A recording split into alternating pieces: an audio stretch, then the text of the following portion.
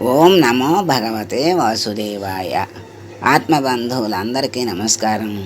విష్ణు సహస్రంలోని 669వ నామం బ్రహ్మజ్ఞ. అంటే ఆ బ్రహ్మ జ్ఞానము స్వరూపమే ఆయన. ఆ బ్రహ్మ యొక్క జ్ఞానము ఆ పరబ్రహ్మ స్వరూపమే ఆయన. ఆ వేదాలే ఆయన స్వరూపం. ఆయన్ని అందుకనే బ్రహ్మజ్ఞుడు అన్నారని మనకి బ్రహ్మజ్ఞ అనే నామాన్ని మనకి తెలియజేశారు. ఆయన స్వరూపం ఆయనకి తెలుసు. ఎందుకంటే ఆయన బ్రహ్మజ్ఞుడు గనక ఆయన స్వరూపం ఆయనకి తెలుసు. ఆయన సృష్టించినవన్నీ ఆయన అధీనంలో ఉంచుకోవటం ఆయనకి తెలుసు. మరి ప్రతిదీ ఆయన అధీనంలోనే ఉంటుంది. అన్నిటికీ అధిపతి ఆయన. మరి అన్నిటినీ ఒక క్రమంగా నడిపించేది ఏంటి అంటే వేద జ్ఞానం, ఆ బ్రహ్మ జ్ఞానం. ఆ బ్రహ్మ యొక్క జ్ఞానము యొక్క స్వరూపము ఆయనే, బ్రహ్మ స్వరూపుడు ఆయనే కనుక ఆయనకేమీ లోటు లేదు. కాకపోతే ఆయన సృష్టించిన జీవుల్ని ఆయన మాయలో నుంచి జీవుల్ని సృష్టించి ఆ బ్రహ్మజ్ఞానానికి మాయ అనే తెరని అడ్డం పెట్టారు స్వామి. ఆ మాయ అనే దాంట్లో నుంచి జీవుడు పుట్టడం వల్ల బ్రహ్మజ్ఞానాన్ని తెలుసుకోలేకపోతున్నాడు. కనుక ఆ స్వామే మళ్ళీ ఆ మాయ అనే తెరని తీసి జీవుడికి తన యొక్క స్వరూపాన్ని తెలియజేయాలి, దర్శింపజేయాలి. అది ఆయన వల్లే సాధ్యమవుతుంది, కానీ ఎవరి వల్ల సాధ్యం కాదు.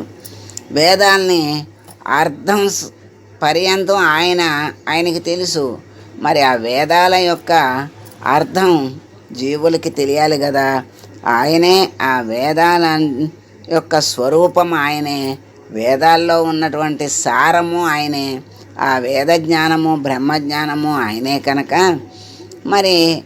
ఆయనే బ్రహ్మజ్ఞానాన్ని జీవులకి అనుగ్రహించాలి అంటే ఎవరైనా అడగందే అమ్మైనా పెట్టదంటారు. మరి అడగకుండానే అన్నీ అందిస్తుంది అమ్మ అని చెప్తారు. మరి రెండు ఎందుకు ఎలా వస్తాయి? రెండు వ్యతిరేకమైన మాటలు కదా. ఎందుకు అట్లా చెప్పారు అంటే, బిడ్డ పసిప్రాయంలో ఉయ్యాల్లో ఉన్నప్పుడు, అడగలేని స్థితిలో ఉన్నప్పుడు అమ్మే అన్నీ చూసుకుంటుంది. అడగగలిగే వయసు వచ్చి మాటలు వచ్చి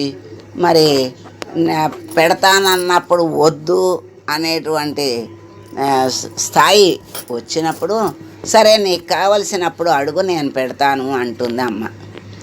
వద్దు అన్న బిడ్డకి ఎవరైనా నోట్లో పెట్టగలరు కానీ మింగించలేరు కదా. పసిబిడ్డలు అప్పుడైతే ఎట్లాగో పెట్టినా అప్పుడు కూడా వాళ్ళకి ఇష్టం లేకపోతే ఊసేస్తారు తప్ప మింగలేరు. ఆ తల్లి మింగించలేదు. ఆ మింగటం అనేది ఆ బిడ్డ చెయ్యాల్సిందే. అట్లాగే పసిపిల్లలు అప్పుడే మింగించలేని తల్లి పెద్దవాళ్ళు అయ్యాక ఏం మింగించగలుగుతుంది? మింగించలేదు. వాడికి ఇష్టమయ్యి, వాడికి ఆకలయ్యి, వాడికి కావాలని వచ్చినప్పుడు పెడితే ఆబగా ఆర్తిగా ఆనందంగా తింటాడు. అలా ఆనందంగా తింటే ఒంటికి కూడా చక్కగా ఆరోగ్యము, యశస్సు, కీర్తి, తేజస్సు అన్నీ వస్తాయి. ఏడుస్తా తింటే అది కూడా నీళ్లు గారిపోతుందంట ఆహారం. అందుకే అది శక్తిని ఇవ్వదు, నీళ్లు గారిపోయినట్టు అయిపోతుంది అంటారు. అందుకే మాటలు కూడా మాట్లాడకుండా భోంచేయాలి అంటారు. మాటల ద్వారా శక్తి పోతుంది. ఆ తర్వాత ఆ మాటలు ఎలాంటి మాటలు మాట్లాడతామో ఆ సమయంలో ఏమొస్తాయో, మాట్లాడటం అంటూ మొదలెడితే ఎక్కడికో వెళ్తుంది. ఎక్కడికో వెళ్ళి ఏం మాట్లాడతామో, ఏం విషయాలు వస్తాయో తెలియదు. అట్లాంటి శ్రేయస్సుని ఇవ్వని మాటలు మాట్లాడుతూ భోంచేస్తే ఆ ఆహారం కూడా శ్రేయస్సుని ఇవ్వదు, ఆరోగ్యాన్ని, తేజస్సుని ఇవ్వదు. అందుకని మౌనంగా తినమంటాడు భగవంతుడు. ఆహారాన్ని మౌనంగా తీసుకోవాలి. ఆ మౌనంలో ఏం చేయాలి? మరి పరమాత్మనే మరి మనసులో పెట్టుకోవాలి. స్వామి, నీవు పెట్టిన భిక్ష ఇది, నీవు పెట్టిన ప్రసాదం ఇది, నేను స్వీకరిస్తున్నాను. దీన్ని నీవు అనుగ్రహించినటువంటి ఈ ప్రసాదంతో నాకు జ్ఞానాన్ని కూడా ప్రసాదించు స్వామి అని మనసులో కోరుకుంటూ, ఆ భగవంతుని ఎప్పుడైతే స్మరిస్తూ భోంచేశామో అప్పుడు కోరుకోక్కర్లా, ఆయనే ఏమి ఇవ్వాలో అదే ఇస్తాడు. మరి రామకృష్ణ పరమహంస కోరకుండానే మరి గురువు గారు వచ్చి జ్ఞాన బోధ చేశాడు కదా. అట్లాగే అంటే బిడ్డకి ఏం కావాలో తెలియనప్పుడు అమ్మ ఏం కావాలో అందిస్తుంది, తెలిసినప్పుడు అడిగితే అందిస్తుంది. అట్లా ఆ బ్రహ్మ జ్ఞానము స్వరూపమైనటువంటి స్వామిని బ్రహ్మజ్ఞ అన్నారు. ఆ వేదాలే స్వరూపంగా ఉన్న స్వామిని బ్రహ్మజ్ఞ అన్నారు. ఆ వేదాల సారాన్ని జీవులకు అందించేటువంటి గురుస్వరూపంలో ఉన్నది కూడా ఆ స్వామి. చక్కగా వేదాల యొక్క ధర్మాన్ని, వేదాల్లో చెప్పేటువంటి శాస్త్రాలని, ధర్మాల్ని అన్నిటినీ చెప్పి మరి జ్ఞానాన్ని అందించి ఆ శిష్యుల్ని జ్ఞానవంతులుగా చేసేటువంటి గురువులు ఆ భగవత్ స్వరూపాలే.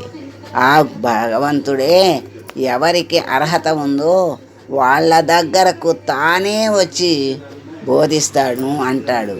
అట్లాగే మరి కృష్ణ పరమాత్మ ప్రత్యక్షంగా మనకి చక్కగా అర్జునుడికి బోధించి చూపించాడు. ఆయనకి అప్పుడు అవసరం కనుక ఆయన నాకు జ్ఞానాన్ని ఇవ్వమని అడగల, కర్తవ్యాన్ని విస్మరించి బాధ్యతల్ని అంటే ధర్మాన్ని తప్పి నడవబోతే పరమాత్మ అటు అధర్మం వైపు నడవకుండా ధర్మం వైపు నడిపించాడు. మరి నీ బాధ్యత ఏమిటి, నువ్వు చేయాల్సిందేమిటి, నువ్వు చేసేదేమిటి, నువ్వు అనుకున్నది చేస్తే ఏమి ఫలితం వస్తుందో చెప్పాడు. నేను చెప్పింది చేస్తే ఏ ఫలితం వస్తుందో చెప్పాడు. అన్నీ చెప్పి ఆయనలో విశ్వరూపాన్ని చూపించి అన్నీ జరిగిపోయినాయే, నువ్వు నిమిత్త మాత్రుడివి, నేనే చేస్తున్నానని నువ్వేం అనుకోక్కర్లేదు, నీ అట్లా నిమిత్త మాత్రంగా ఉంటావు అని పరమాత్మ చక్కగా విశ్వరూపాన్ని కూడా చూపించి ధైర్యాన్ని ఇచ్చి కర్తవ్యోన్ముఖుణ్ణి చేసినవాడు శ్రీకృష్ణ పరమాత్మ. అప్పుడు ఆ సమయంలో అర్జునుడికి అవసరం కనుక చక్కగా పరమాత్మ జ్ఞానబోధ చేసి మరి ధర్మాన్ని తప్పకుండా మరి ఆ ధర్మ మార్గంలో నడిపించి విజయుణ్ణి చేశాడు కృష్ణ పరమాత్మ. అది ఆయన్ని నమ్ముకొని ఉన్నటువంటి వాళ్ళకు వచ్చేటువంటి ఫలితం. ఆయన వెంట ఉంటే చాలు. అంటే ఆయన వెంట ఉండటం అంటే మనం ఆయన్నే, అదే అంటారు గురువు ఎంట ఉన్నా మరి లేకపోతే మన ఎంట గురువు ఉన్నా వాడు తరించబడతాడు అంటారు. అట్లాగే భగవంతుని వెంట మనమున్నా, మన వెంట భగవంతుడున్నా కూడా తరింపబడతాం. మన వెంట భగవంతుడు ఎప్పుడు ఉంటాడు అంటే ఆయన్నే స్మరిస్తుంటే ఆయనే మన వెంట ఉండి మనల్ని ఎన్ని మెట్లు ఎక్కించాలో, ఎట్లా ఎక్కించాలో అట్లా ఎక్కించి మరి ఆ జీవుల్ని కూడా బ్రహ్మజ్ఞుల్ని చెయ్యగలిగేటువంటి సామర్థ్యం ఆయనకి ఉంది కనుక ఆయన్ని బ్రహ్మజ్ఞ అన్నారు. మరి చతుర్ముఖుడు ఎవరి కొడుకు అంటే నారాయణుని కొడుకు. మరి స్వామిని గురించి ఆయన తెలుసుకుందామని చూశాడు. ఆయనలో నుంచి వచ్చిన బ్రహ్మ ఆయన్ని తెలుసుకోలేకపోయాడు. తెలుసుకున్నానని అనుకున్నంత మాత్రాన తెలుసుకున్నట్టు కాదు. అందుకనే మరి దాని ఫలితం దానికి వచ్చింది. అందుకే పరమాత్మ ఎవరికైనా చేసిన దానికి చేసిన ఫలితం అందిస్తూనే ఉంటాడు. కర్మ ఫలప్రదాత అన్నారు అందుకే పరమాత్మని. మరి అందుకే బ్రహ్మజ్ఞ అయినటువంటి స్వామి వేదాలే తన స్వరూపమని గ్రహించిన స్వామి బ్రహ్మజ్ఞుడని శంకరాచార్యుల వారు వ్యాఖ్యానించారు. స్వస్వరూప జ్ఞానం గల భగవంతుడు బ్రహ్మజ్ఞుడు. వేదాలను అర్థం పర్యంతం గ్రహించిన స్వామి బ్రహ్మజ్ఞుడని పరాశర భట్టరు భావించారు. వేద విదేన చాహం విదేవ చాహం అని భగవద్గీత చెప్పింది.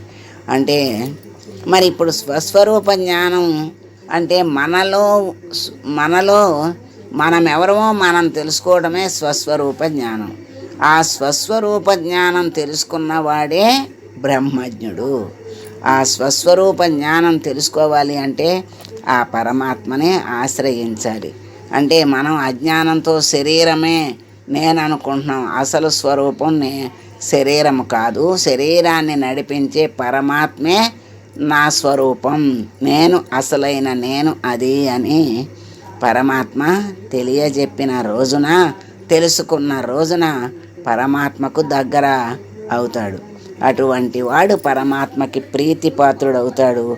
అటువంటి వాడిని దగ్గరకు చక్కగా తీసుకుంటాడు.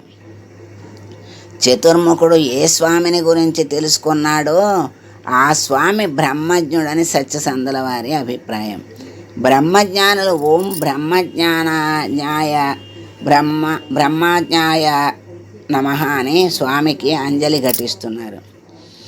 అయితే ఇప్పుడు బ్రహ్మజ్ఞ అయినటువంటి నామం కలిగిన స్వామిని మనము ఏమి ప్రార్థించాలి అంటే, స్వామి బ్రహ్మజ్ఞానాన్ని మాకు ప్రసాదించి ఆ మార్గములో నడిపించి ఆ బ్రహ్మజ్ఞాన స్వరూపాన్ని పొందగలిగేటువంటి శక్తి సామర్థ్యాలను మాకు అందించి నీలో కలుపుకో స్వామి అని వేడుకుంటూ మంగళం పాడదాం.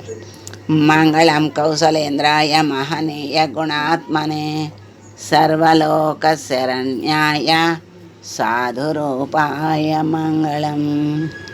ఓ